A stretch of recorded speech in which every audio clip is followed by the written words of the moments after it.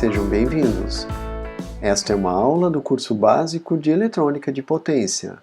Lembramos que o material está disponível na plataforma Moodle, no canal YouTube do professor e na página pessoal também.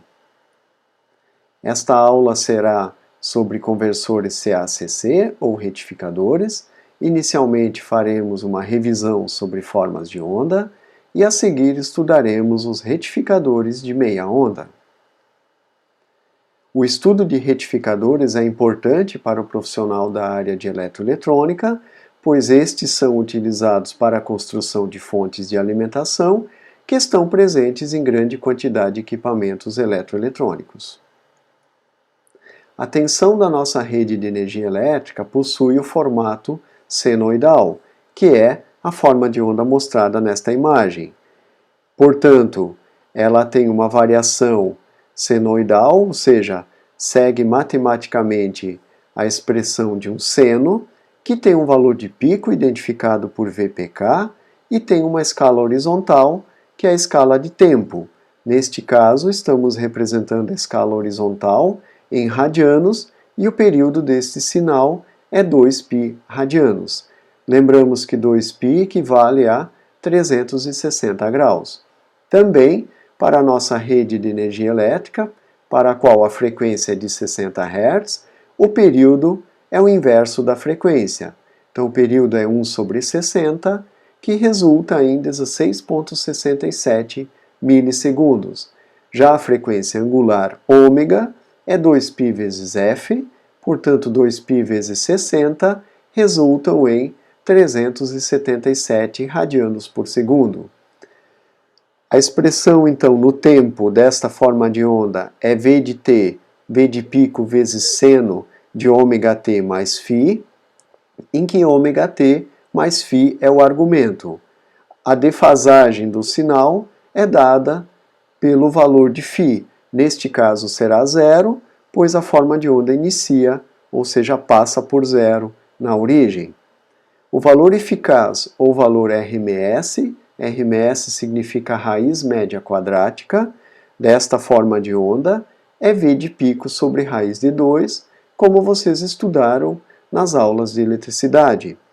Já o valor médio, que é o valor contínuo da forma de onda, é zero, pois a parte positiva é igual à parte negativa e, portanto, resulta em valor zero. O valor contínuo é a integral da área sob a forma de onda, ou seja, é a área que está abaixo da forma de onda. Neste caso temos uma área positiva e uma área negativa, e aí o valor então resulta em zero. Também o valor contínuo é aquele que o multímetro mede na escala de corrente contínua. Já uma forma de onda senoidal retificada em meia onda, como a imagem mostrada à esquerda, ela não tem a presença do semiciclo negativo. O semiciclo negativo foi cortado, apenas temos a presença do semiciclo positivo e, portanto, agora o valor médio não é mais zero, porque temos apenas a área positiva. O valor de pico novamente é conhecido, o valor eficaz agora será o valor de pico sobre 2 e o valor médio é o valor de pico sobre π. Já a forma de onda da direita, ela tem então a presença dos dois semiciclos, só que agora positivos, ou seja, o semiciclo negativo ele foi refletido como parte positiva, então ele foi retificado, o valor de pico é conhecido, o valor eficaz é igual da forma de onda senoidal pura, que é V de pico sobre raiz de 2, e o valor médio é o dobro do valor médio anterior, ou seja, 2 vezes o valor de pico sobre π. Já para uma forma de onda quadrada, que tem então também parte positiva e parte negativa, o seu valor eficaz é igual ao valor de pico e o seu valor médio é zero. Quando ela for retificada em meia onda, o seu valor eficaz será V de pico sobre raiz de 2 e o seu valor médio será V de pico sobre 2. Quando ela for retificada em onda completa, ela se transforma em uma forma de onda contínua pura, em que o valor eficaz, o valor de pico e o valor médio são iguais. Vamos ver agora o primeiro retificador, que é o retificador de meia onda com carga resistiva. É o circuito mais simples e por isso iniciamos por ele. Então ele é composto pela fonte de tensão alternada, um diodo retificador e uma carga resistiva. Para a tensão de entrada VI, novamente nós conhecemos o seu valor de pico. O diodo estará diretamente polarizado no semiciclo positivo e, portanto, estará conduzindo, e por isso na saída teremos o semiciclo positivo da forma de onda da tensão de entrada, mostrada na imagem à direita. A corrente será a tensão dividido pela resistência, aplicando a lei de Ohm no resistor, ok? Já no semiciclo negativo, nós temos o diodo reversamente polarizado e ele não estará conduzindo porque a corrente na passagem por 180 graus ou π, a corrente se anula e o diodo bloqueia.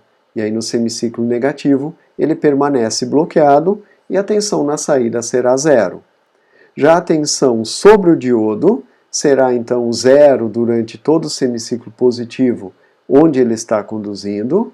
Na verdade, ela será 0,7, 1 volt, dependendo do modelo do diodo, e será a tensão de entrada, negativa neste caso, no semiciclo negativo, quando ele não estará conduzindo.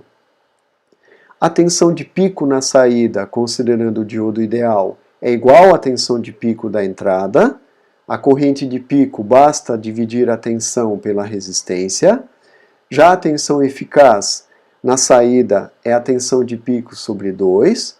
A corrente basta dividir a tensão eficaz pela resistência.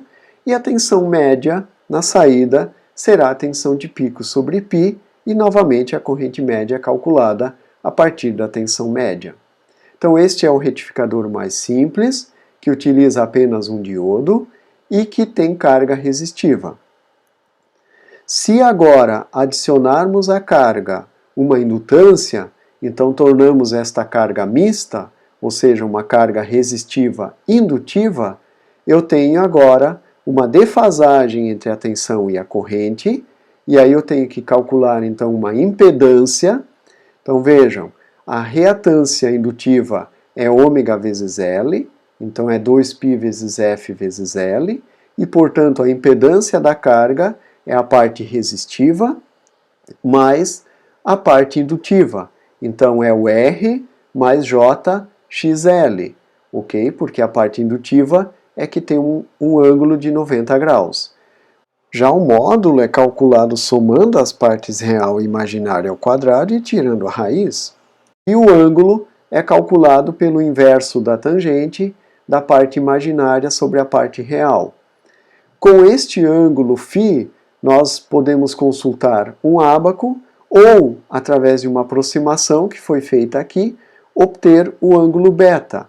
O que é o ângulo beta? Vejam, quando o diodo começa a conduzir e a corrente começa a crescer na carga, ela vai ter uma defasagem.